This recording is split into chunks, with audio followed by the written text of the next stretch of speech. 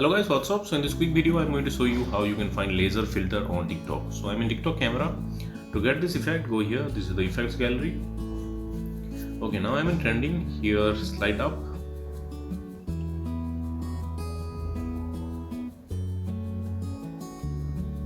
Okay, until you see this one, remember this image. This is the filter. Tap on it.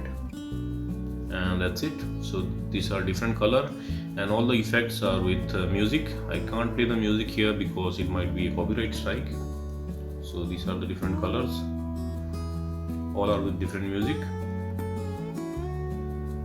Okay, and if you can't see the filter here, then you can go to discover and you can search for purple laser, and here these are the video with this effect. Now tap on any video you want, and at the bottom left corner of the screen you can see the effect icon. Tap there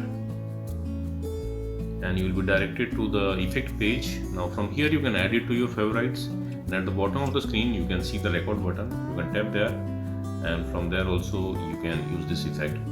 So that's it guys. Likewise you can get this filter and use this filter on TikTok. So thanks for watching the video guys. See you in the next video.